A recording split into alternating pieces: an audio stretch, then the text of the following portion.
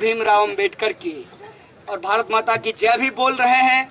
तो बाबा साहब ने कहा है कि समाज का मूल्यांकन अगर करना हो तो महिलाओं को देखिए, तो ऐसा कीजिए, महिलाओं के रिप्रेजेंटेशन को इंश्योर करने के लिए महिलाएं ज़्यादा से ज़्यादा कैंपस में आ पाएँ, उनके लिए एक नई छात्रवृत्ति शुरू करा दो। तुम्हारी सरकार है, तब समझेंगे तुम भारत माता की जय करना।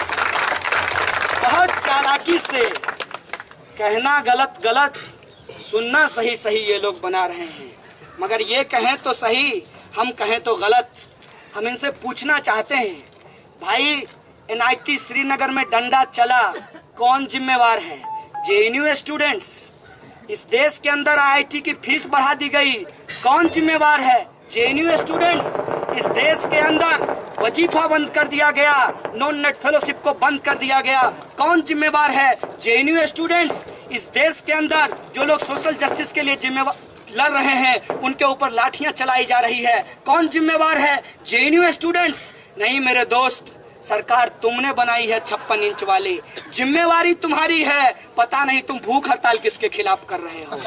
तुम एक बार फोन करा दो अपने आका से, अपने चाचा से, देखो वाइस चांसलर तुरंत HLC का रिपोर्ट खारिज करके कहेगा फाइन माफ करते हैं।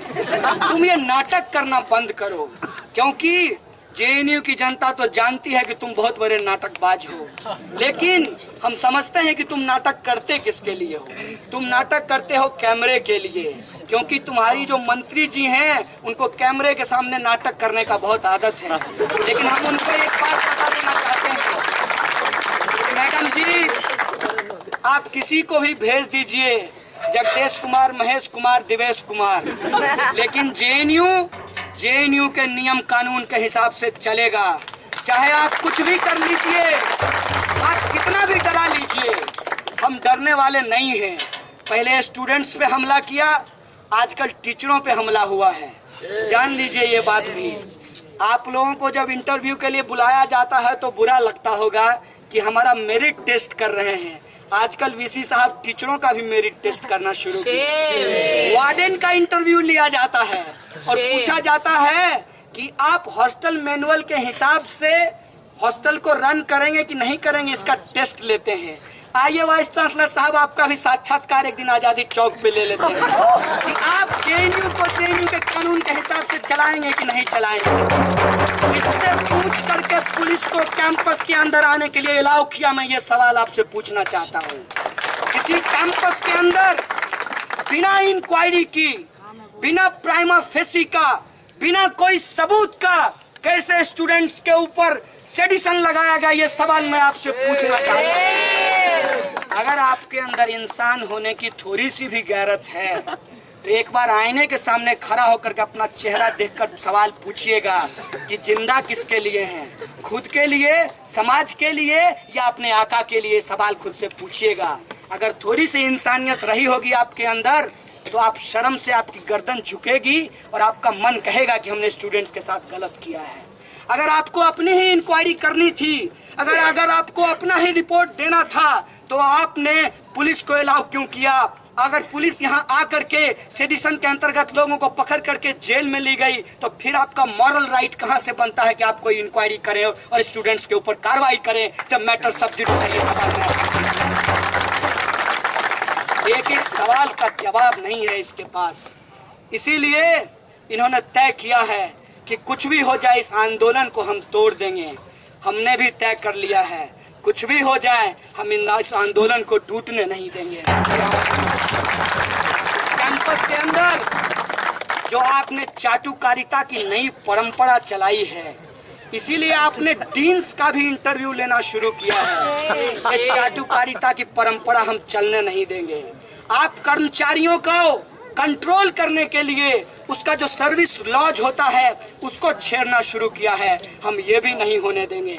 और इस कैंपस के अंदर शिक्षकों, छात्रों और कर्मचारियों की एकता को स्थापित करते हुए वी आर JNU के स्लोगन को बुलंद करेंगे। JNU को बचाने की लड़ाई इस देश में लोकतंत्र को बचाने की लड़ाई है, ये बात हम पूरे देश को बताएंगे। ये इस देश का संघर्ष है। लोग कह रहे हैं, ABVP के कुछ लोग, कन्हैया तो नेशनल लीडर हो गया। हमने कहा ऐसा तुम मानते हो तो सबसे पहले धन्यवाद मोदी जी को दे दो, क्योंकि ना तुम तमाशा करते 9 फरवरी को, ना डॉक्टर वीडियो बनाते, ना पुलिस बुलाते, ना महेश गिरी FIR करवाते, ना हम जेल जाते, ना मीडिया आती, ना मैं भाषण देता, ना मैं नेता बनता, ना तुम्हारी परेशानी बढ़ती। इसके लिए हम JNU के एक स्टूडेंट्स मोदी जी के लिए दिल से धन्यवाद कह रहे हैं कि हम लोग गंगा से जो आंदोलन चलाते थे चंद्रभागा तक खत्म होता था, उस आंदोलन का रूट थोड़ा सा बदल दिया है। अब गंगा से चलते हैं, आजादी चौक पे आते हैं और आपकी मदद से जनाब पूरे देश में ये बात जाती है और पूरे देश में छात्रों का आंदोलन खड़ा हो रहा है।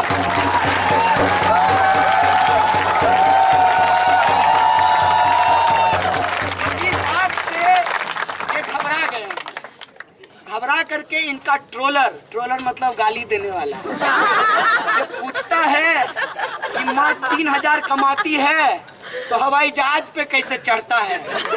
JNU आ जाओ, JNU के स्टूडेंट्स को देख लो, 10-10 रुपया चंदा देगा तो तुम्हारे प्रधानमंत्री की तरह हम भी वास्को डिगामा की तरह पूरा भारत गए।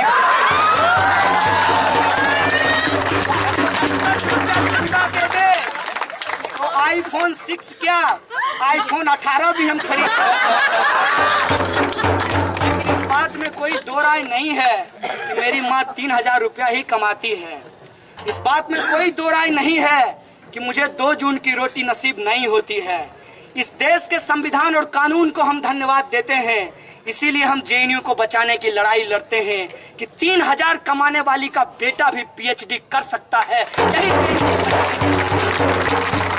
JNU के पक्ष में खड़ा होने की लड़ाई है, इसीलिए लड़ते हैं। इसीलिए जब हम यहाँ आते हैं, भाषण देते हैं और संघर्ष को तेज करते हैं, तो वो सिर्फ हमारी लड़ाई नहीं, इस देश के अंदर वो एक एक कमजोर तबके और गरीब तबके के लोगों की लड़ाई है, जिनका शिक्षा बुनियादी अधिकार है और इस अधिकार को तुम छीनने की कोशिश कर रहे हो। उस लड़ाई को हम आगे बढ़ा रहे हैं और ये लड़ाई आगे बढ़ेगी, क्योंकि हमको मालूम है हम मांगेंगे हॉस्टल, आप कहेंगे HLEC, हम मांगेंगे OBC रिजर्वेशन, आप कहेंगे HLEC, हम मांगेंगे वाइवा का नंबर कम कीजिए, आप कहेंगे HLEC, हम कहेंगे कि वाईफाई शुरू कीजिए, आप कहेंगे HLEC, तो हम भी एक दिन कहेंगे VC साहब लाइए दे दीजिए HLEC, जला देते हैं HLEC। बताइए वाइवा का नंबर कम क्यों नहीं हुआ, बताइए OBC रिजर्वेशन को आपने लागू क्यों नहीं किया, बताइए MCM को क्यों नहीं बढ़ाया, और बताइए पैसा देने के आ जाने के बावजूद हॉस्टल अभी तक क्यों नहीं बना। हम इसी सवाल पे कंसंट्रेट करना चाहते हैं। कुछ लोग कह रहे थे कि आजकल कैंपस का सवाल पीछे छूट गया है। नहीं जनाब, गर्व मनाइए आप कि JNU की लड़ाई सचमुच में आज सिर्फ इस कैंपस की लड़ाई नहीं, पूरी दुनिया के अंदर कम्युनल फासिज्म के खिलाफ लोकतंत्र की लड़ाई बन गई है। आप गर्व मनाइए।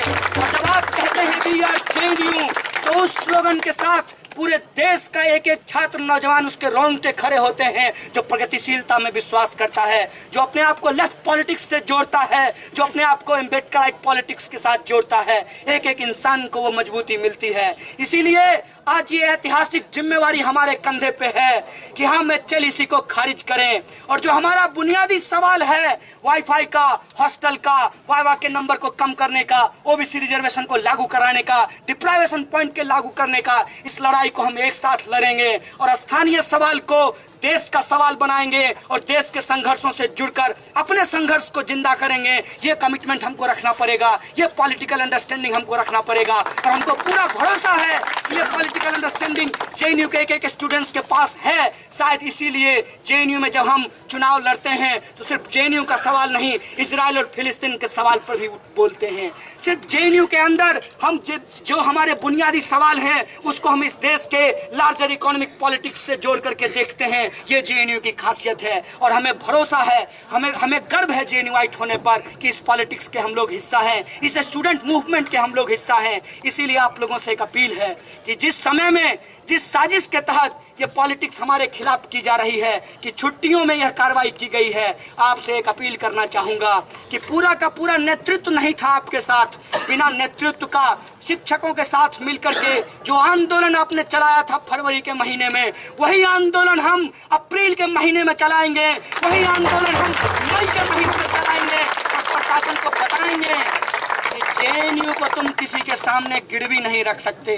तुम खुद को गिरवी रख लो, अपना ईमान गिरवी रख लो, लेकिन हम जेएनयू को गिरवी रखने नहीं देंगे सरकार के सामने। और सरकार की जो ये एंटी स्टूडेंट पॉलिटिक्स है उसको केंद्र में रखते हुए जेएनयू इस आंदोलन की जिम्मेदारी को समझते हुए एक कलेक्टिव मूवमेंट खड़ा करेगा और पूरे देश की नजर जेएनयू के ऊपर है। इसीलिए इस ऐतिहासिक जिम्मेदारी को समझते हुए हमें एचएलईसी को हराना होगा, वाइस चांसलर को बताना होगा कि जेएनयू अपने नियम कानून से चलेगा और जेएनयू को बेहतर बनाने की जो लड़ाई है उस लड़ाई को हम जीतेंगे। इन्हीं शब्दों के साथ आप तमाम लोगों का इस आंदोलन में आने के लिए शुक्रिया अदा करते हुए अपनी बात को खत्म करूंगा। शुक्रिया। इनकलाब जिंदाबाद। छात्रों, शिक्षकों, कर्मचारियों की एकता जिंदाबाद।